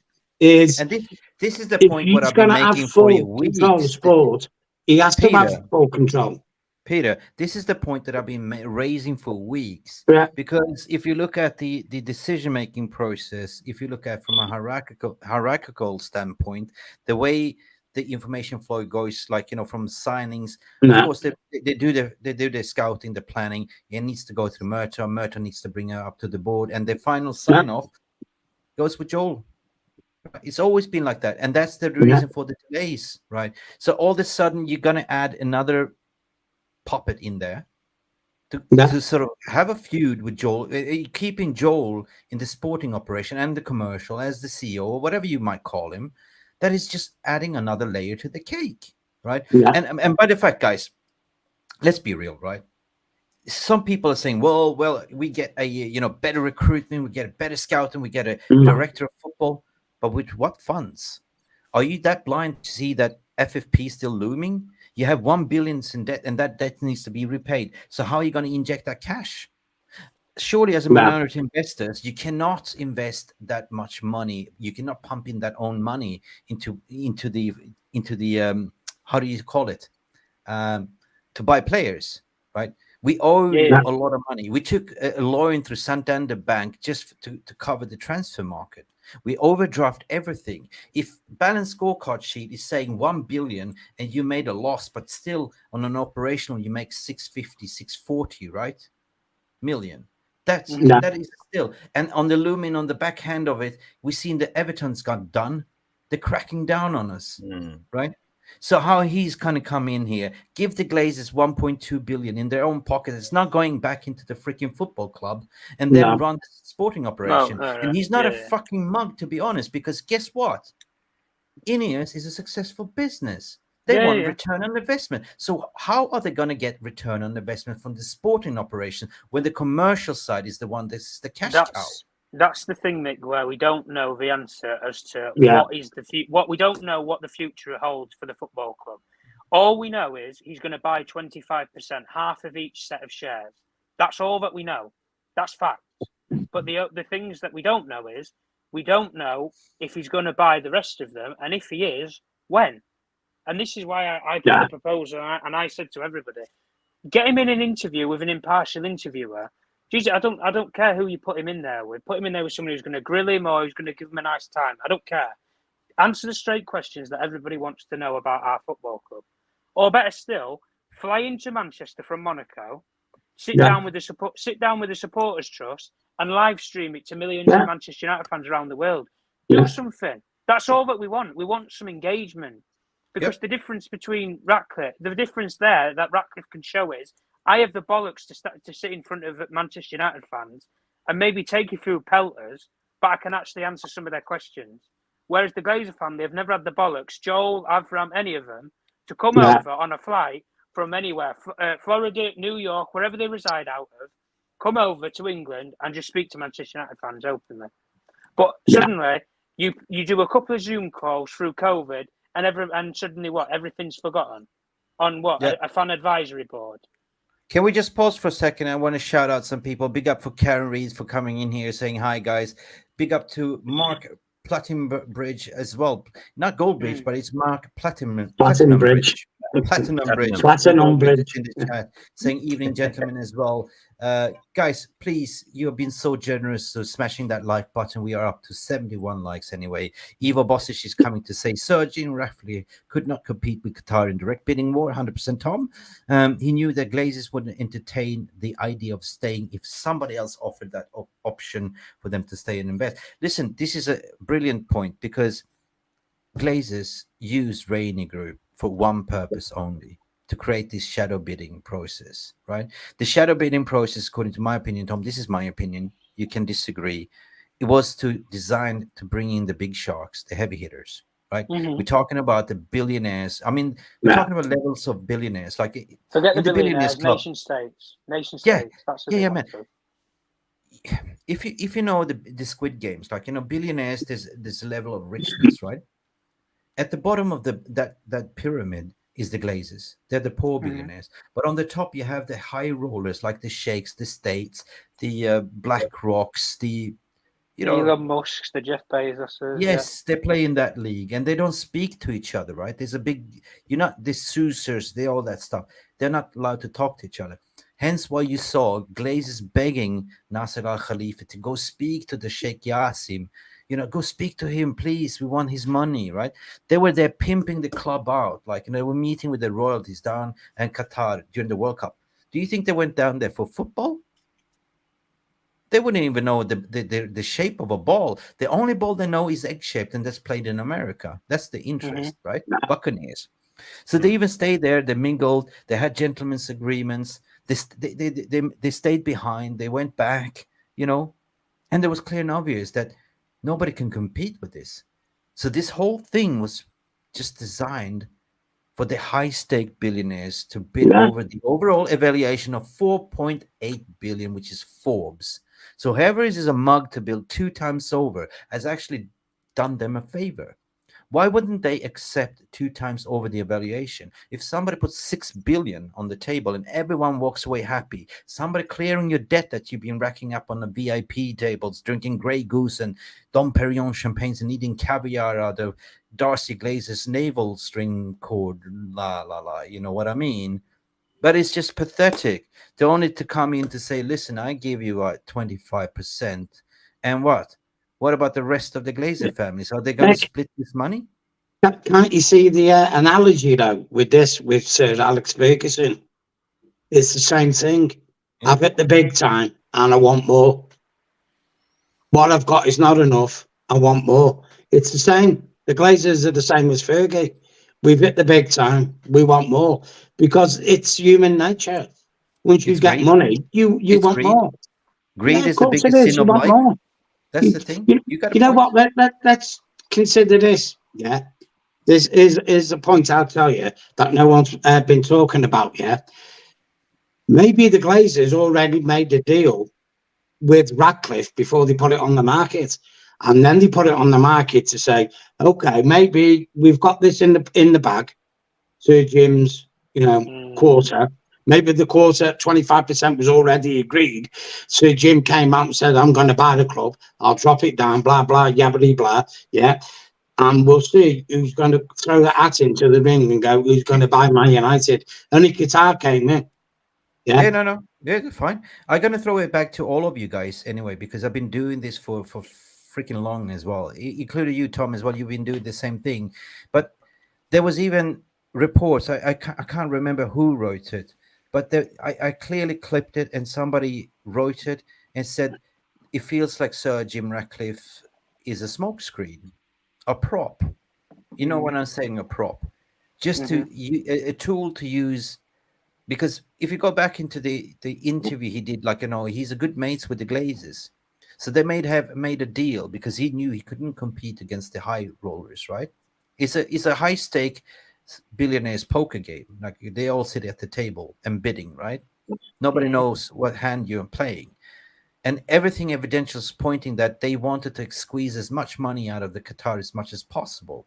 Even with Nasser El Khalifi going to beg, like, for them to come to the table to increase. Now, from Qatari's side, what I've been heard and what I've been told, they felt that Sir Jim Ratcliffe was not serious. They felt there was just a smokescreen for them to bid higher. So therefore, they come out. Therefore, they came out. When the news came out to say they are out, that didn't mean that they are out. That means that they are not entertaining this bullshit anymore. They're serious people. They're proud people, to be honest, right? And if a Qatari comes in, they come in to win, right? They don't need any PR, to be honest, right? So they basically, what you're seeing right now is the end of the strategic review. This is my opinion, though. This is my take on it. Nothing sensational, just my analysis of it. Is to say that whatever Reuters was saying, they were saying, backtracking to say, he refuses to increase his bid, but he's withdrawn from the process. Withdrawn from the process means I'm not going to bid anymore. I'm calling you bluff. I know that you need to sell. I've seen your financial records. You know that I have money and I'm bidding twice over your valuation. Everyone's going to walk away fat and happy, right? Yeah, Peter, give us the money. 10s. Yeah. Glazers, you want Glazer? You want on the other hand, yeah. On the other hand, if you compare apples to apples, if you compare the 25%, right? So we just went through the Kleineman exercise, which doesn't really add up whatsoever, right? We know that the four siblings wants to sell. The only two ones that got a hard on, they wants to stay on because they might see the predictions, like you're doing financial forecast to say within 3 years your club might be worth 10 billion. But that's might. There's high risk and rewards. It's going back to the analogy what I call the farmer, right? You place a seed, and based on the rain, that's the forecast. If you have sunshine, you have rain. No, if you only have rain and a little bit of a mixed weather, you might have a beautiful crop. But if it's a drought, that's all gone. Tits up. You know what, Mick? Right, this is a dangerous game that the Glazers are playing, and I was saying this a couple of years ago that Man United could actually fold as a club, and people were laughing at me. And I tell you what, what I said to the people: go look in Scotland. There's two teams. Yeah. Celtic and Rangers. What happened to Rangers? They folded. Mate, I'm Man United are not impervious to folding. When I speak about the billionaires world, it is a totally different world where we don't understand. They play these high risk games. Honest to God, I worked in the Middle East. I work with the big conglomerates. I work with the rich oil sheikhs and everything. They see everything as a game. They don't do it for pleasure. They do it for, I own Manchester United, just as a bragging right. I have this in my portfolio. Cool, right? But then you look at the stories coming out that Sir Jim Ratcliffe wants to own a Premier League club as a legacy, as something that he's done with making money. Bullshit. He's all about money. He made his money late. So don't tell me as a proper businessman, you don't want a return on investment. You just want to give away the money to the Glazers. Here you go, Mr. Glazers. Family, have some fun. Go there. And by the way, how am I going to fund this rest of the football operations? It doesn't make sense to me. You know what, mate? There's two types of billionaires in this world. There's a billionaire that's made the money, and there's a billionaire that's been born into it. Sir Jim's made his billions, and the Qataris are born into it because they were rich before they were born. You understand what I'm saying? Yeah. So to them, money-wise, that they don't care, but they're no mugs. Why should they go pay over the odds for something that's not worth the money? Maybe Man United is worth 10 billion to us, but to them it's like, nah, It's not worth it. And not red worth it. red one is coming. Jarvis is playing mobile game. Jarvis, stop being like Jadon Sancho playing Twitch on FIFA. Come on, man. Get into the game. He's on. Yeah. No, he's on VR porn. Jarvis, you've been caught. VR is watching you. No. I'm just reading out where the money went under the Glazers regime, and basically what I'm reading at the moment is okay, they took out a little bit of revenue, or what's it called? Not revenue, it's called dividend. Dividends. They bought Paul Pogba, Angel Di Maria, Memphis Depay, Snyderling, Eric Bailly, Mkhitaryan, Maguire, Bissaka, Van de Beek, Ronaldo, Sanchez, Sancho, Casemiro, Varane. So this is where the money went. We have been Jarvis, we have listen. We have conspiracy. We have conspiracy. Stephanie reckons you are texting and bidding for United, and Maddie is saying you are actually texting Richard Arnold, leaking information. How can we trust you? Jarvis, you said that one word to me, Pogba. Only Manchester United and the Glazers can do this. Let the guy go for free, buy him for a record transfer fee, and then let him go for free again. You seriously can't make this up. You honest, this like, give me a light. I've just rolled a fat one. Boom. Let's go. Yeah. Jamie Vane is raising a good question. We're going to the comment sections to read some comments here. And Jamie is saying, when this guy can even afford Barcelona, that's a red flag. But when this guy wanted to buy Chelsea for almost 3-point-something billion, and then he's going to offer 25% only for Manchester United. It stinks. It doesn't add up. Nothing about it adds up at all. I don't see any logic in this. When you've got a successful businessman, Mick, who owns his own multi-billion-pound company, and he's more successful than Manchester United per se from a business viewpoint, you're only going to buy a quarter stake into a business to be a lackey to basically people who don't even know anything, the Glazers. It just does not add up, does it? That's what I mean, though, guys. Like, it just doesn't. In saying this, it doesn't add up. But the only thing that you can use as a meter stick towards it is, did they even want to sell the full football club? That's it. When they made that statement, they didn't come out like most, football owners sometimes do when they want to sell a football club and say, look, the football club's 100% for sale. FSG did it in the same time that Manchester United did, but they stated, we're looking for a full sale or, as an alternative, strategic investment into the Liverpool Football Club. So they put the sale before the investment. The Glazers did the opposite to that. They put, we're looking at strategic alternatives, investment into the football club, which could potentially lead to a sale of the football club. Those are the words. Anybody can go and read the statement and knows what it's there. But the family never categorically said, we 100% want to sell the football club. Go on, Mick. Listen, I big up Ivo Bosic here because I totally agree with you. And that's why most of the fan base is feeling sad or angry, because this is kind of the last chance, what we feel, the last dance saloon to get the Glazers at 100%. Qatar was our savior in a way. I don't care who you are, but as long as you get those greedy bastards out of the club 100%, I will applaud that. It doesn't matter if it's state back or for greenwashing, whatever. Forget about the moral compass. What we've been doing here on this channel for 18 years, 1958, United Against the Glazers, is to protest against the Glazers to get them out. If you all of a sudden telling me you're happy with 25%, then you're a Glazer sim. But you know what, Mick? It's like Ivan Bosic said there, Alien. This is his last chance to buy us. Nothing needs to make sense. That's you couldn't be more further from the truth. It needs to make sense, because I'll reiterate this again, what I said last night.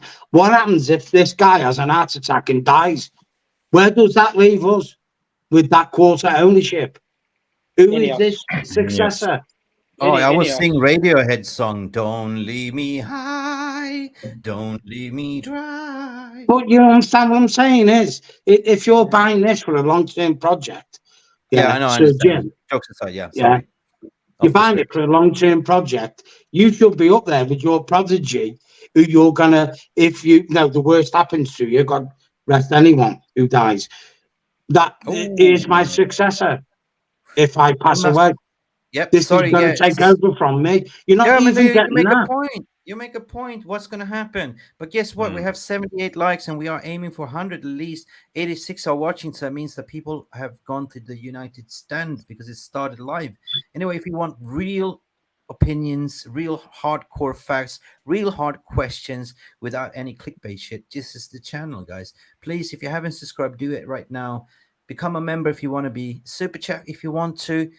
We don't ask you to do. We don't this is free will, but it's Mick, free. Let's go off topic. Yeah, I want to talk about what the FA have done to Mikel Arteta today. Yeah. Oh, go ahead. They're charging him. Yeah. They're charging him. Yeah, they're charging him for bringing it into disrepute the game. What his comments really? after the Newcastle Arsenal game. Yeah. So basically, what they said in a nutshell, when Joe Linton pushed on the Arsenal player, they couldn't determine whether the force was enough to push him over. Yeah.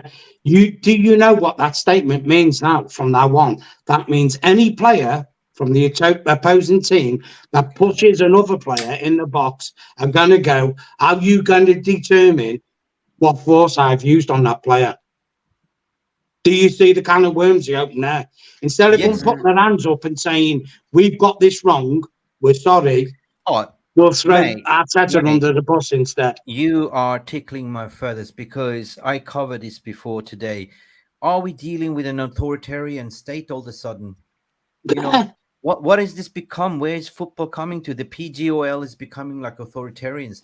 Don't talk to us. Don't question us. If you appeal, you get an extra punishment. What is this? Is this some McCarthyism? You know what I mean? Seriously, guys. And also the charge of 10 points drop for Everton for FFP. FFP, I mean, they've been collaborating. They've been even getting guidelines from Premier League to say we will comply.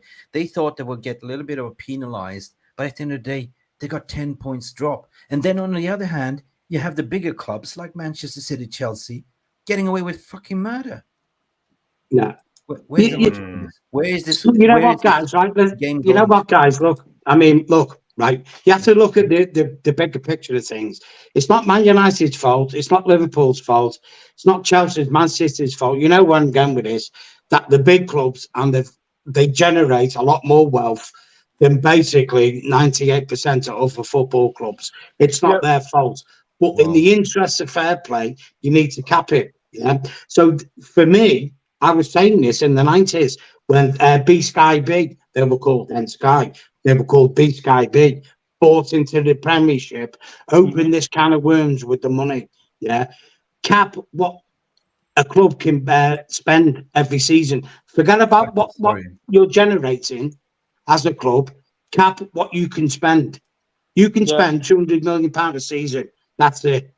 But Tom, Tom, talk to me, because Premier League is a cash cow itself because they have they sell all the broadcasting rights and everything. So it's all about the views. And of course, you're not going to charge the heavy hitters because they generated the most of the views, right?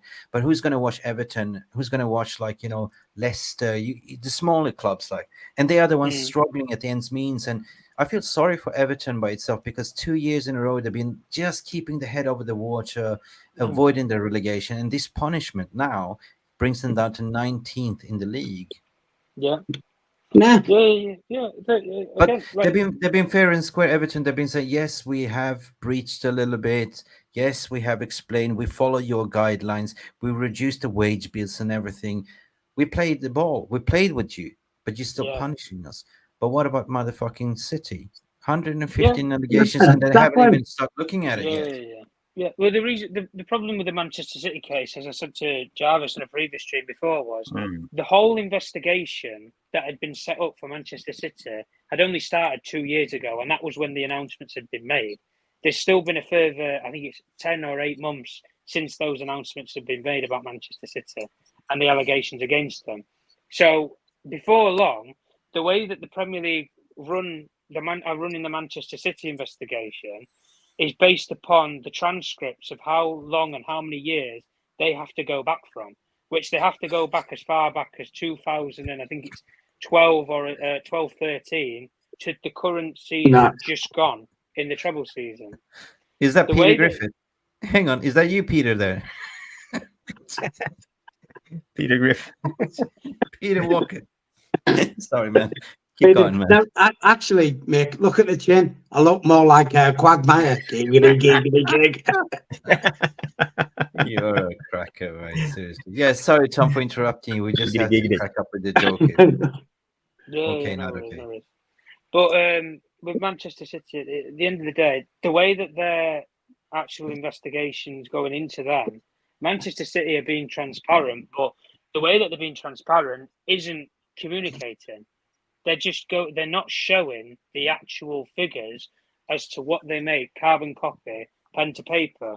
But the Premier League have put forward the questions, for example, about the Etihad sponsorship deal, which was signed in 2014 and has run concurrent since. They want to know why there was payments made from Abu Dhabi to Manchester City instead of it actually being through Etihad Airways to Manchester City. That's where the missing translation has gone from. And in the same way, they want to know why, when Roberto Mancini was Manchester City manager, why he was getting paid as if he was coaching a team in the Abu Dhabi Premiership League instead of getting paid on the books of Manchester City. And they don't know how much Roberto Mancini was actually being paid. So the problem with Manchester City's case, and as much as people want to criticise the Premier League for it, this isn't me backing the Premier League up in any way, no, because the sooner the allegations are made clearer, the better. But when you have 115 this Everton charge is based upon 3 separate allegation charges. So 3 charges you can deal with maybe within 2 months if you put it to a panel. 115 it won't be what people want to hear. You're talking at least maybe 4 years. 4 years of an adjudication, because you have to process each allegation per allegation before you can come to a total conclusion, because you have to balance what they're guilty of out of those 115 and what they aren't, and then the severity of each allegation. And the problem with that is it's going to take a lot of time. In the same way with Chelsea, where this is blown up with Roman making payments to certain football agents to then be able to buy players ahead of other clubs, when you make these sort of advances, the Eden Hazard one's the most simplistic one because of how long ago it was. That deal, Eden Hazard isn't even a Chelsea player anymore. That's how long ago that deal has taken place since. Yeah. And you then still have to contact Roman Abramovich to get him involved in the case. And you also have to get the representatives who was running Chelsea Football Club at that time in case, Bruce Buck, Marina Granoskia. These people, you have to all get involved in that investigation, as well as investigate what is actually going on in those football clubs in those periods of time. Not now, in those periods of time. And that's why with the Manchester City one, I have a little bit of sympathy with the Premier League, because at the end of the day, you're tracing back 8-9 years of a case. That's the problem with them. With Everton, this is like the last 2 or 3 years when they've been scraping and fighting on the relegation battle, and they've just fluctuated the wages between the players that they've brought in and the players that they currently have at the football club. And they didn't show the proper transparency of what they are paying players. That's the problem with Everton. But they're going to have to make an example of somebody at some point. Because if they make an example of Everton now, when it comes to turn round to Manchester City in a couple of years, or Chelsea whenever, they will turn around. Listen, don't forget Chelsea's been on this mad spending spree of £1 billion in about 18 months. Yeah. Like, there'll be some sort of investigation into that in like 4 or 5 years' time. No worries about that, guys. But the way that it's going, they have to make an example of somebody. And if they do it with Everton, on a minimum, that's a minimal scale, guys, in comparison to what Manchester City can get. Manchester City, they might demote them all the way down to the National League. Because if you categorise it, and somebody did something on a social media platform, I can't remember who it was anyway, they did it where every single point in the actual allegations listings against Everton's 10 points that they got today for 3 charges brings it out to around about 1,000 points or over 1,000 points that Manchester City should be deducted. So 1,000 points over every single season that they've played, bloody hell. Would they They're even in exist? HT, It might not even be football. existing as a football club. Like, that's how far back that can go. Yeah, but this is what I was going to say to you, Tom. Yeah, let's just hypothesize. Okay, maybe not all the 116 alleged offences will say that from City, you know, are serious. But you know, we can. I think we can be safe to say here, 10 to 20 of them will be. Let's be real. Absolutely, yeah. Will they do what the Italian league done with Juventus? Dropped them down and took titles off them. Do you think the FA have the cojones to do that? I don't think they'd go as far as No. take the titles away, because you can't remake those history. That's the problem. No. But the one thing that it will do is, even if you charge them, you give them massive fines. You But demote them fines don't hurt all them, the way. Tom. Yeah, I understand that. I was just going to make the other point. You give them massive fines and you demote them down the football pyramid.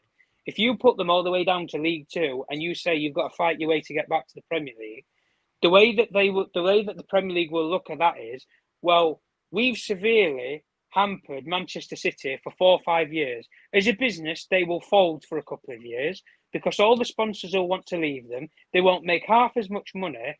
And if we're being honest, the Aguero goal that every single Manchester City fan blows up to Manchester United about, every single time it gets mentioned about a Manchester versus Manchester derby, that goal will be tainted. Every single title that they will have will be tainted. That's the difference. So then everybody can sit here and say, well, did it really happen? Manchester City, did it really happen? It's just like the moon. Did people actually land on the moon or not? Or was it faked? Because all of this history that Manchester United have made is faked. Financial fiddling. If City get dropped down to League Two, every cloud has a silver lining. Wrexham FC, Deadpool, v Man City. Box office smash. There you go. No, there's always money to be made out of someone's misfortune. But it's true that, I mean, it's what Tom's saying is 100% true.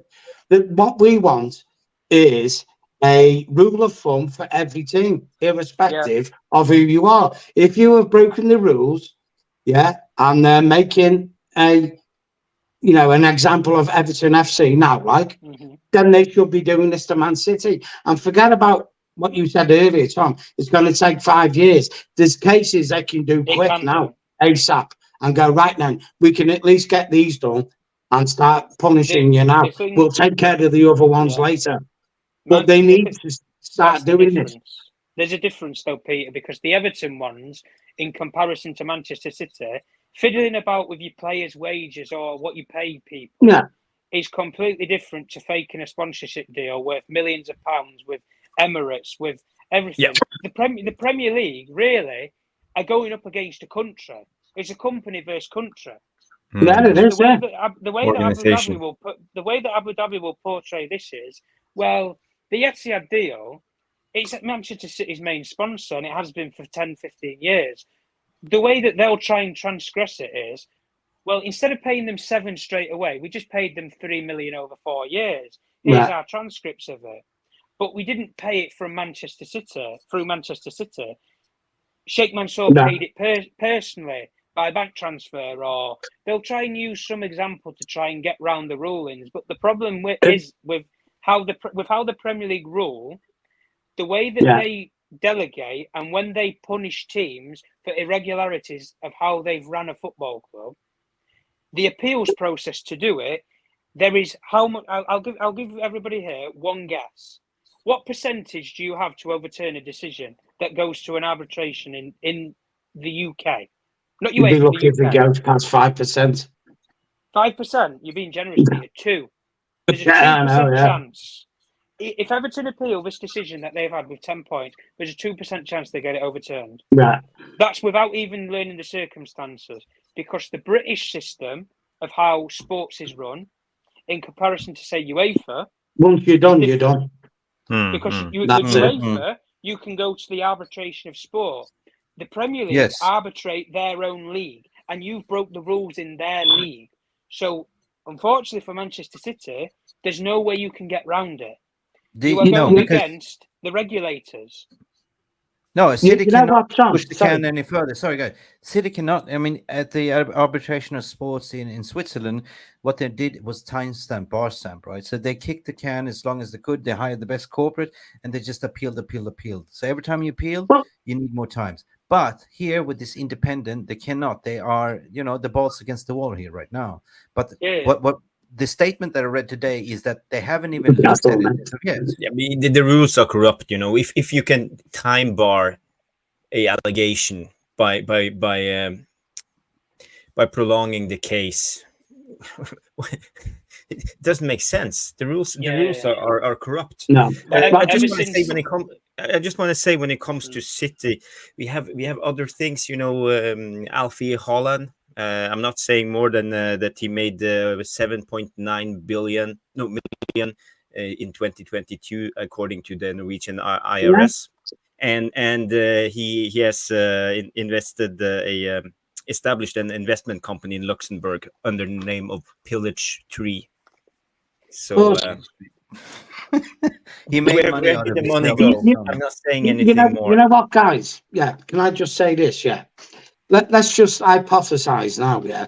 Man City and Chelsea, get punished for their indiscretions like Everton did. Right. Mhm. There's two ways I'm looking at this. This could lead these big teams, the so-called, Uber clubs, to even more push for the Super League, as if to say, look, we have evolved past this system, what we're living in, our ecosystem we're in. Fair enough. I said it on a stream a couple of days ago. I think Jarvis was on the stream as well. I said, okay, you can have your Super League, but you can have two teams as well. You can have Manchester United A in the Super League, and you can have Manchester United B that's in the Premiership. Right. There's no reason not to have that. Everyone can have the cake and everyone can eat it. But I'll tell you this, and I'll tell you this good. Within 5 years of having the Super League, everyone will be clambering back together in the Premiership, because Man United playing Juventus, Real Madrid, or AC Milan or whatever, week in, week out, will get boring real quick. Okay. That's the problem with that. People, we are kind of subconscious of time. We are running out of time. For me, it's 02:51 here in Thailand where I'm sitting, so I'm getting a little bit sleepy. Yeah. I'm sorry. That's a bad.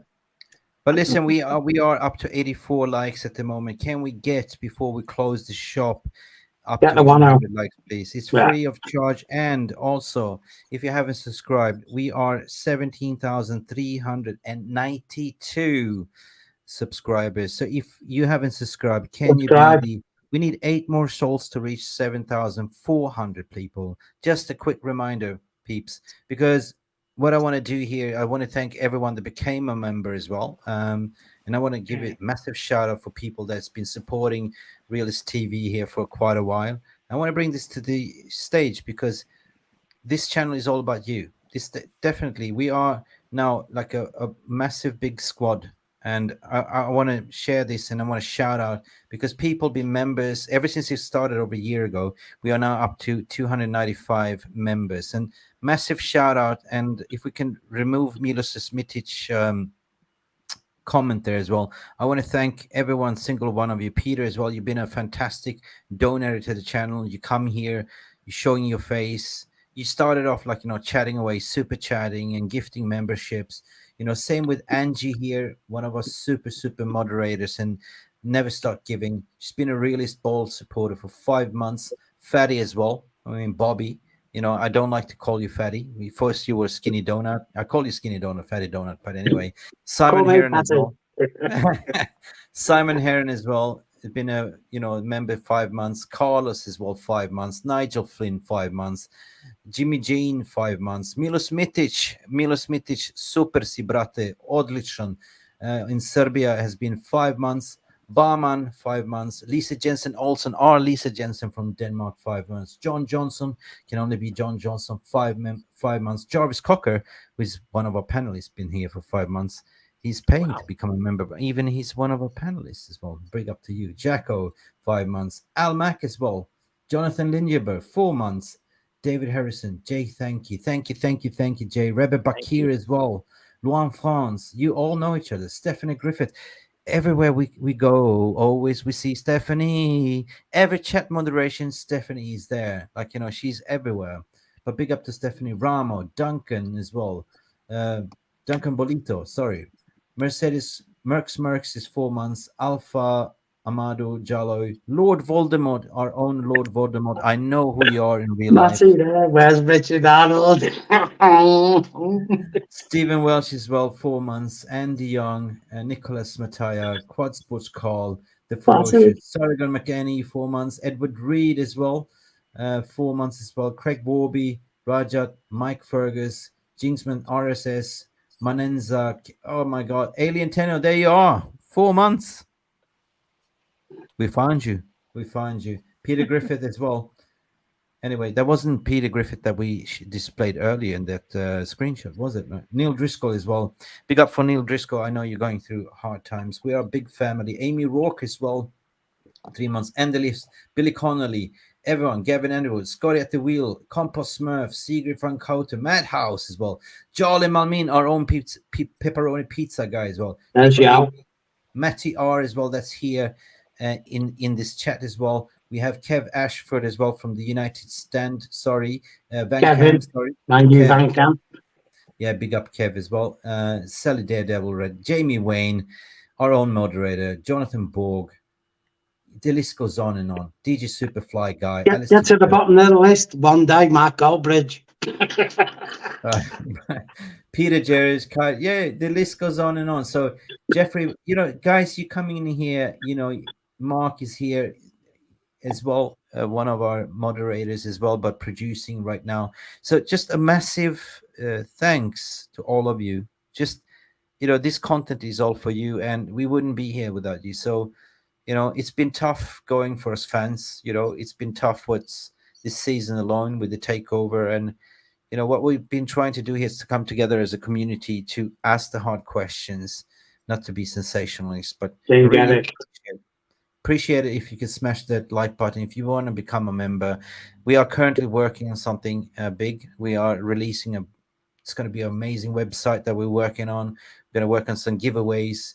We're going to start paying it forward to you members, but we've been so busy building this platform. It's been crazy growth for 1 year, Mick, 3 months. When the YouTubers follow Mick Ruby, sardines will be thrown in the sea.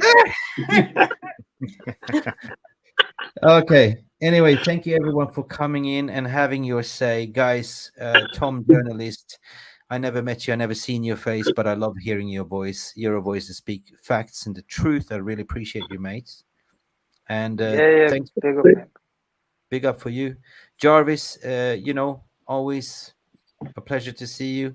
Yeah, I'm just sit there smiling. Doesn't say much, but we've gone through some good times. Like, you know, we seen the Hugh Hefner gown, but yesterday in Poppy Stream, your Hugh Hefner gown went out of the closet because we had another guy that was actually the pimp. We know who we're going to talk about, but no. All right. And you have darkness and it's snow, but usually when Jarvis is in the summer, you have 24 hours light. What's beyond Jarvis' kitchen? Peter, mate, from a lifelong supporter, you know, away-going fan, you know, match-going fan, thank you for sharing your light. Thank you for your big rant regarding Sir Alex Furgusons as well. And all I want to say is thank you. You know, stay beautiful, people.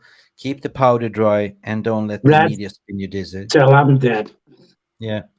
And before we close the shop, I also want to bring in Mark as well, that's been producing here, and give him his roses and flowers as well. Thank you, Mark, for coming in and producing.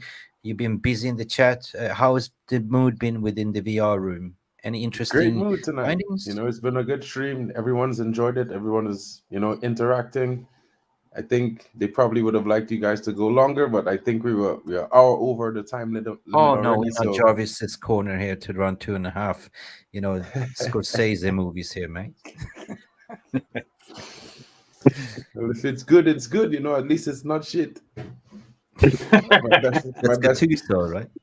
Yeah, if it's good, it's good. Yeah. It's good. Anyway, guys, for you later on, guys, go support Power Hour of Poppy because he's got happy hour as well. He's one of our you know, loyal members as well. So go support Poppy as well. Watch that. quiz, Friday quiz. Pop that champagne, eat some popcorn. Until then, no football in another week. International break. So cheers. Big up to you. Cheers all. Have a good one. Yes, yes. So guys, any final words, Tom? Give and take the roundup of the week. They were saying imminent, but it doesn't look like that. The only thing that's been imminent is the share price gone up. Well, I tell you what can be imminent, Mick. Some people let's get these likes up, people. Let's get subscribing to United Realist TV. Yeah. Let's get subscribing. You can do that. That's imminent for you. There we go, people. Click the like button. So you mean we're going to stay here till we have 100 likes before we close the shop? Is that what you're proposing? Are you pushing for a longer stream, mate? You've been cheeky. No. It's Friday night. I need to spend time with my family. So now it's time for a glass of red wine and relax. I will watch some series on the Netflix and have a good time. And I recommend everybody relax, take those Glazers and Takeover clouds off your shoulders and have a good time tonight, because thinking about this all the time is not good. It's not good for your mental health. 100%. That's good. 100%. Thank you, Tom, for coming in. Thank you, people. We are in retrospective. The 100 likes will come. We don't have to force feed it. We are 9 likes away from 100, but it's been a fantastic stream. And thank you for tuning in, and thank you for listening. Been Mick Ruby here, Jarvis Cocker, Mark the producer. We had Peter, and we had Tom, the journalist. If you want to watch this back, do so. We're going to add some timestamps to it. And please enjoy the weekend. See you to the next time, peeps. Time to say goodbye. And what better way to say goodbye is by Bella, isn't it? It's been a while, Bella. Kick it away. Welcome back to MUFC Realist TV. Not take it away. That was welcome back. I hope you enjoyed this video. Please give it a thumbs up by smashing that like button. Subscribe if you have not done so yet. If you want to take it to the next level, you can always show your appreciation to sponsor our channel by clicking below the video title, where you will see the heart icon with the text saying, thanks. Or you could buy me a cheeky little coffee by scanning this barcode, or visit this link to buy me a virtual coffee. Thank you for watching. I hope you enjoyed this content. Remember, glory, glory, Man United, Glazers out. It is green and gold until we are announced and sold. That was all from me. I wish you a good day and a great match experience, and I shall see you in the next video. Goodbye. Thank you so much for stopping by and watching MUFC Realist TV. Don't forget to like and subscribe and follow us on the socials.